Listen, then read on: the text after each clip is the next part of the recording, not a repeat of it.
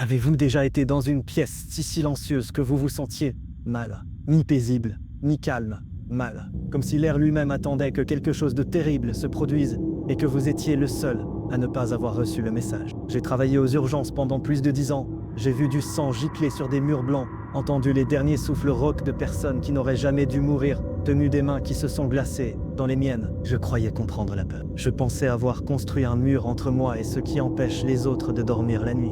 Mais une nuit, un patient, une chambre, a fait tomber ce mur en un instant. Ce que j'ai vu et ce que j'ai entendu me revient encore à l'esprit chaque fois que je ferme les yeux. Je ne peux pas l'expliquer en termes médicaux, je ne peux même pas l'expliquer en termes humains, mais je peux vous dire la vérité. Et la vérité, c'est que cette nuit-là que j'ai décidé de quitter le travail pour lequel je pensais mourir. C'est l'affaire qui m'a fait démissionner. Je m'appelle Dr Nathan Cole.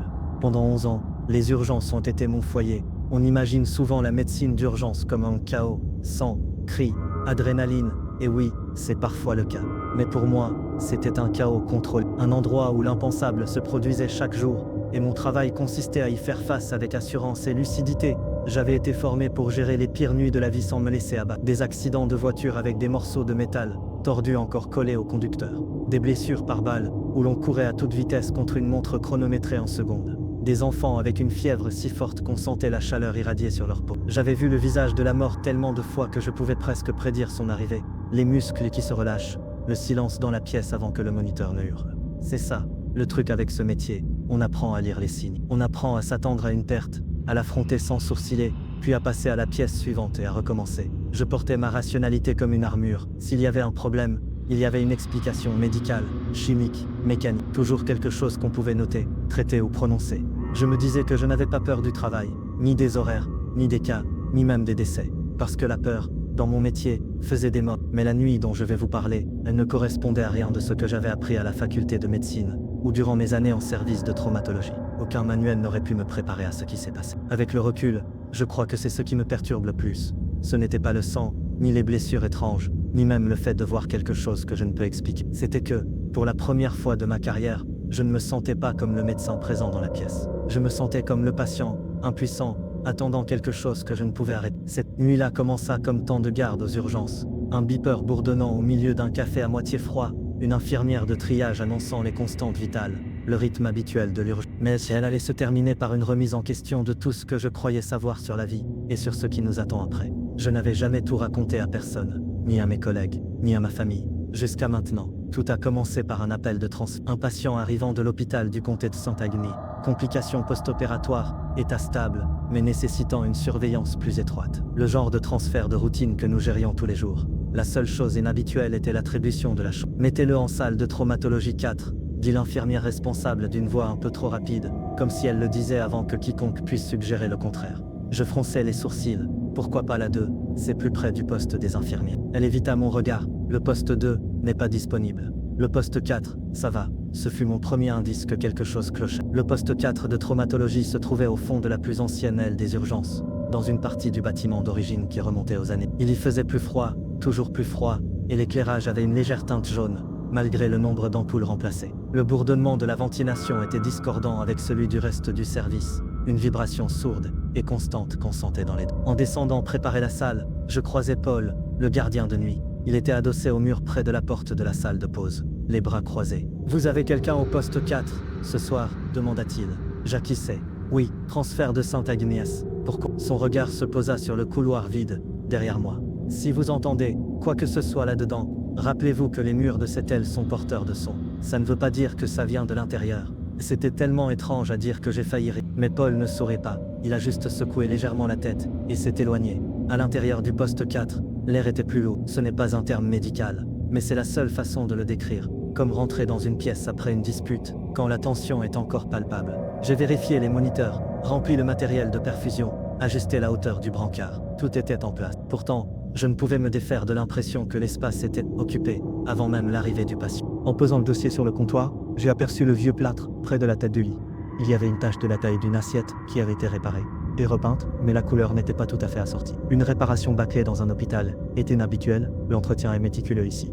J'ai passé la main dessus, et j'ai senti une légère crête, comme si le mur avait été scellé sur quelque chose. Le bruit des portes de la soute à ambulance qui s'ouvrait brusquement a perturbé ma concentration. Les ambulanciers ont fait entrer le patient.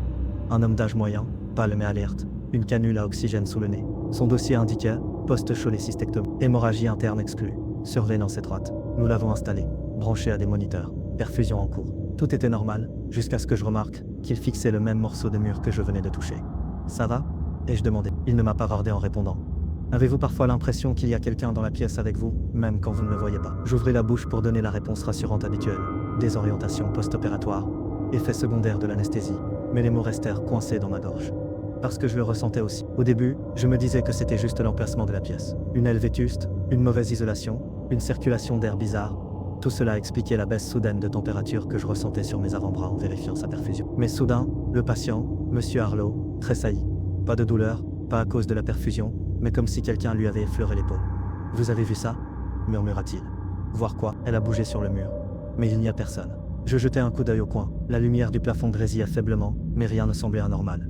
Pourtant, quelque chose clochait dans le silence du post-état. Les hôpitaux ne sont jamais vraiment silencieux. On entend les bips, les bavardages lointains, le bruit des chaussures sur le carrelage. Mais ici, le son semblait étouffé, comme si les murs l'avalaient. Je suis entré dans le couloir, m'attendant à entendre le bourdonnement habituel des urgences. Il était là, mais assourdi, comme si j'écoutais à travers l'eau. À mon retour, Monsieur Harlow fixait le sol. « Il y a de l'écriture » murmura-t-il. J'ai suivi son regard. Le long de la pinte, si faible qu'on aurait pu le prendre pour une éraflure, il y avait une rayure dans la peinture. Je me suis accroupi, inclinant la tête, jusqu'à ce que la lumière du plafond éclaire. Des lettres, irrégulières et irrégulières, gravées par un objet pointu. « Laisse-moi sortir ». Je me suis redressé brusquement, mon cœur battant à tout rompre. Sûrement de vieux dégâts. Ai-je dit machinalement, mais les mots avaient un goût creux. Alors que je prenais ma lampe stylo pour l'inspecter plus en détail, un léger bruit résonna derrière le rapiécé.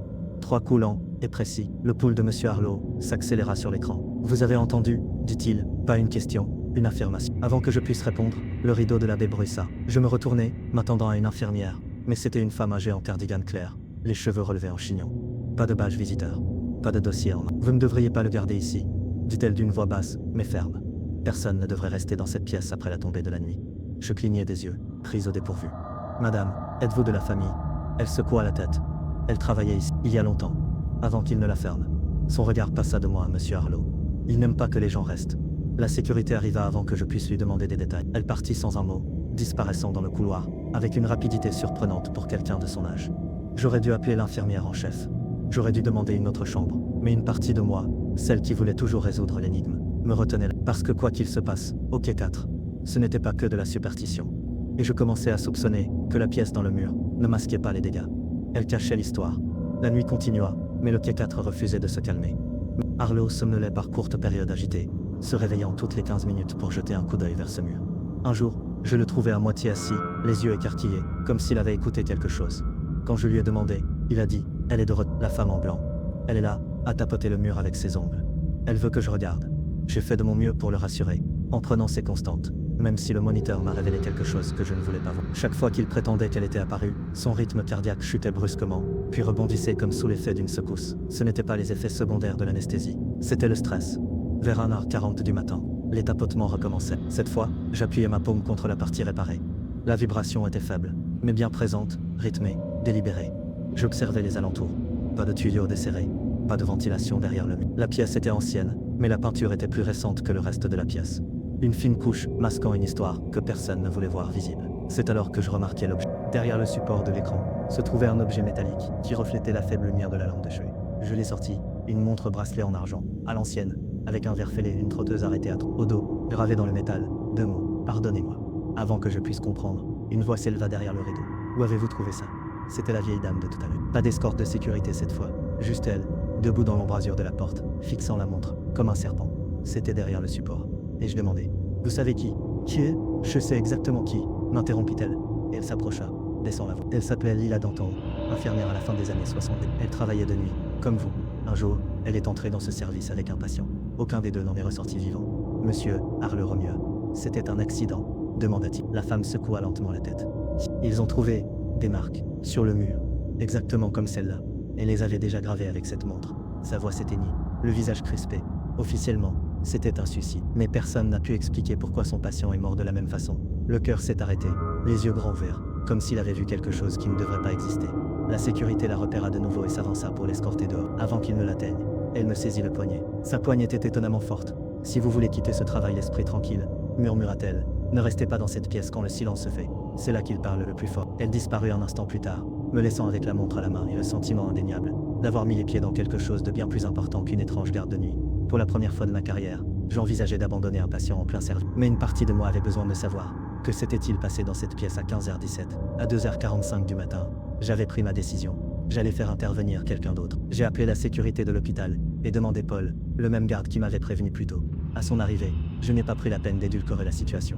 Je lui ai montré les égratignures. Je lui ai parlé des tapotements, de la montre, de l'histoire de la femme. Paul plissa les yeux. Tu sais que cette chambre est censée être fermée, n'est-ce pas? Elle n'est ouverte qu'en cas de dépassement de capacité.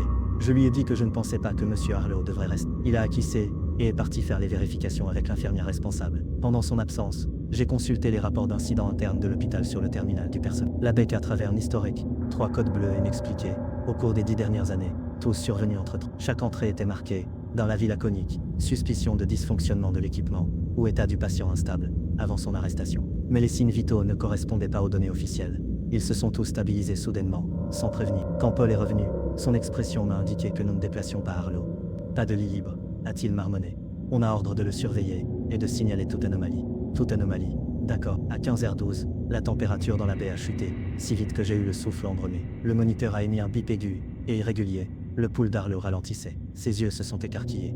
Elle est là, a-t-il murmuré. Les tapotements ont recommencé, plus fort cette fois, résonnant dans le creux derrière le mur. Puis une voix, faible, féminine, s'est glissée dans le bruit. Je n'ai pas pu distinguer les mots, mais elle avait le rythme d'une supplication.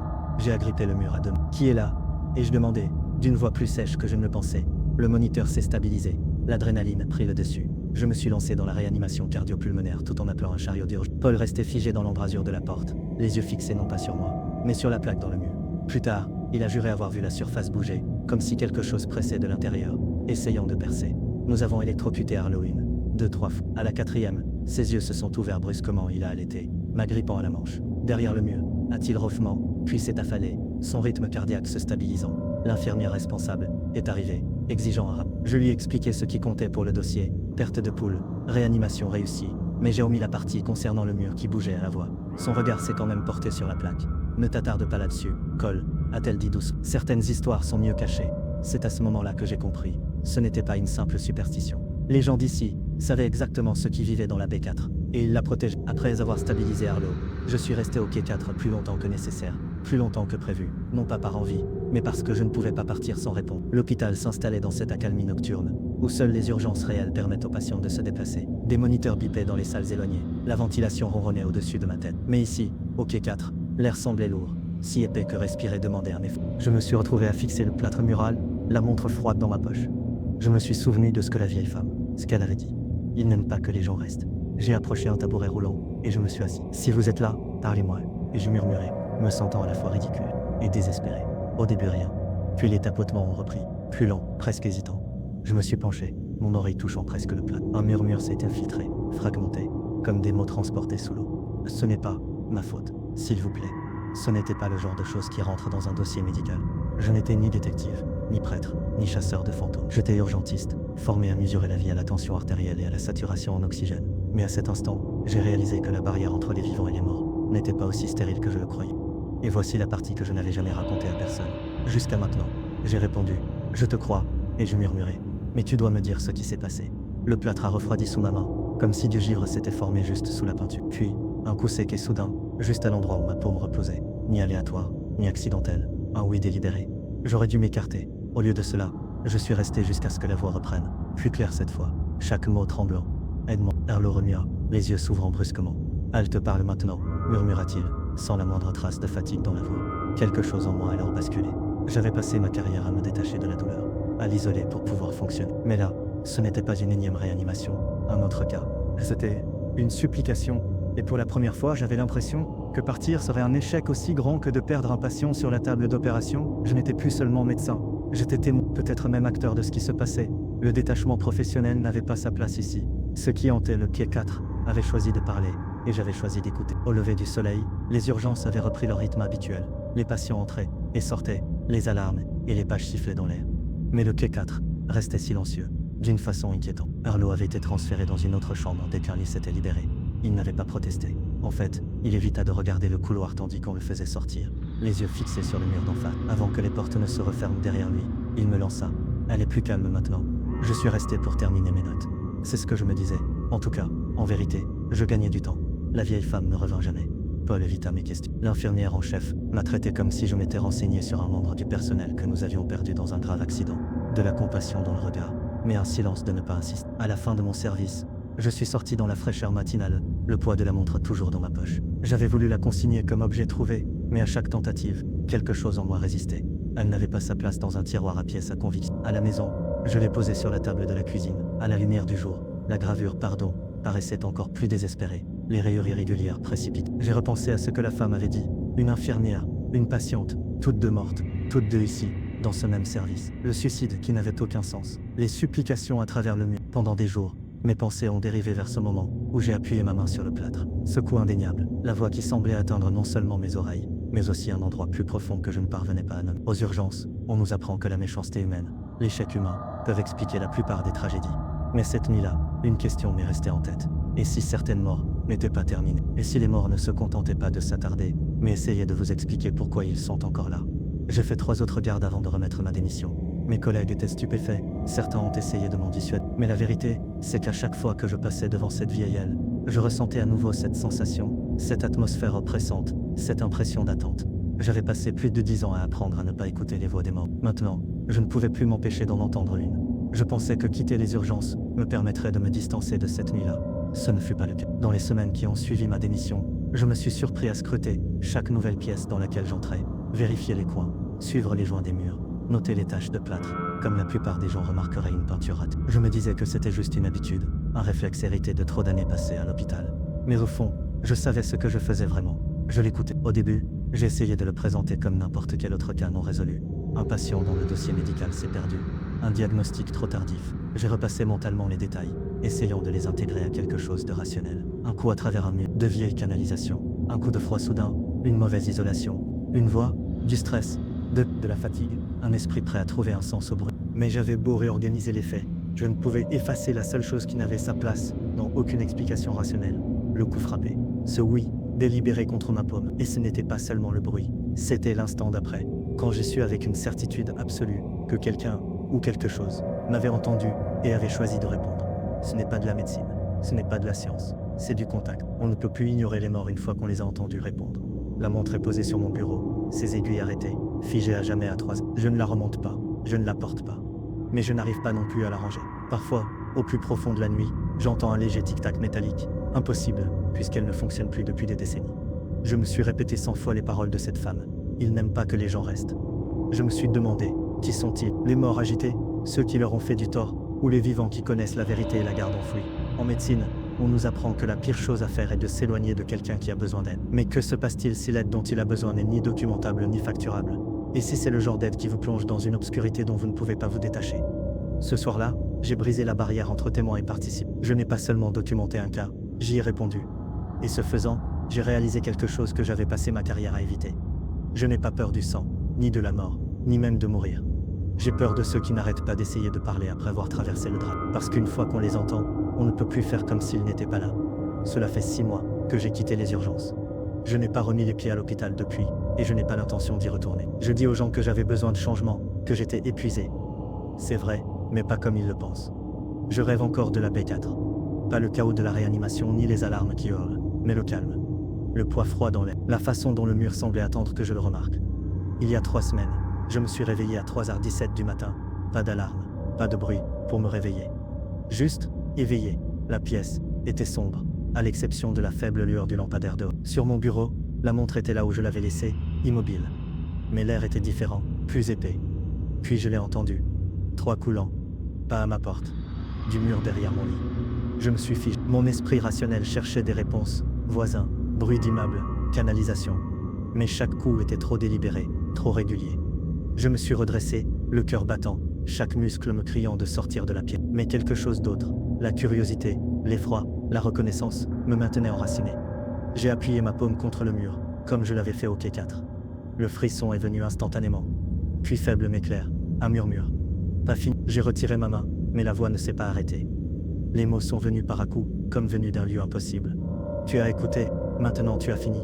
Je ne me souviens pas m'être endormi après ça. En fait, je n'en suis pas sûr. Mais quand le soleil s'est levé, la montre sur mon bureau a recommencé à tourner. Les aiguilles étaient passées de 3h17 à 3h. Je la porte en moi depuis, me disant que je la garde juste près de moi pour pouvoir la contrôler, que c'est mieux que de la laisser à quelqu'un d'autre. Mais au fond, je connais la vérité. Ce que j'ai touché cette nuit-là n'est pas resté au quai 4.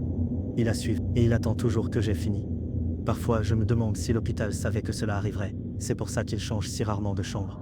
Pourquoi il garde l'histoire secrète? Peut-être ont-ils compris quelque chose que je n'avais pas compris à l'époque. Une fois qu'on répond aux morts, on n'oublie pas notre voix. Maintenant, chaque soir, j'arrive à 15h16, sans incident. Mais je sais que l'aiguille des minutes arrive. Et quand elle arrivera, je devrais décider si je vais l'écouter à nouveau. Parce que la voix ne s'éteint pas. Elle devient plus claire. Et je crois qu'au fond, je sais déjà ce qu'elle attend de moi.